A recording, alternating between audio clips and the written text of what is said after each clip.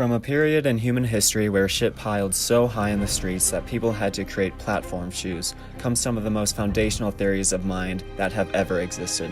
Bear witness to one of the greatest illogical battles of logic as the best and brightest medieval minds make assertions so absurd that cannot be forgotten. Meet our stars, St. Augustine Boethius, St. Thomas Aquinas, John Duns Scots, and Williams of Ockham, as they struggle to create meaning in their otherwise irrelevant lives. For the first time ever on the big screen, meet St. Augustine of Hippo. His lack of confidence in his intelligence led him to the profound conclusion that human knowledge would be impossible if God did not illuminate the human mind. His huge ego led him to write what is regarded as the first autobiography, in which he attempted to flatter God to ensure a spot in heaven. He threw all of humanity under the bus and claimed that the moral and natural evils of the world are the result of people's materialistic and self-interested tendencies. Not only did he absolve God of all responsibility for evils, he endlessly rambled on about how all of the good in the world was created by God. Boethius's inability to find a lady friend led him to conjure a character named Lady Philosophy. He became so obsessed with the idea of her that he wrote an entire dialogue between her and a fictionalized version of himself in a prison cell.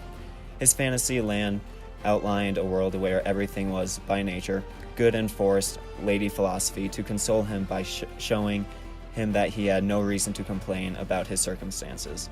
He hops on the bandwagon of divine flattery by asserting that God is the good which all things desire and also absolves him of all blame for evil in the world. While St. Thomas Aquinas is widely regarded as one of the biggest know-it-alls of all time, he wouldn't stop talking about the fact that he recognized two different kinds of knowledge, sensory and scientific, even though no one really cared. As we know by now, the strongest thinkers of the Middle Ages were total suck-ups, and Aquinas was no exception. He claimed that the highest knowledge that humans could possess was the knowledge of God, and that God's knowledge was the most detailed, scientific knowledge of all. John Duns Scotus finally gives us the content we want to hear, and outlines the four classes of things that can be known with certainty, without totally sucking up to the big man upstairs.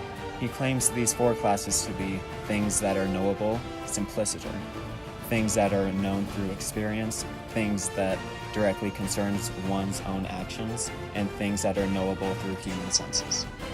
William of Ockham took it upon himself to revise Duns Scotus's theory of intuitive knowledge, even though no one really even asked him to. He made the matter even more complex by dividing intuitive knowledge into two kinds of knowledge: natural, in which an object exists, someone judges that it exists, and the object causes the knowledge, and supernatural, where the object does not exist. He was the first philosopher to really develop the idea of mental language and thought way too much about grammar. This holiday season, visit a theater near you to experience the full force of the minds of medieval philosophy.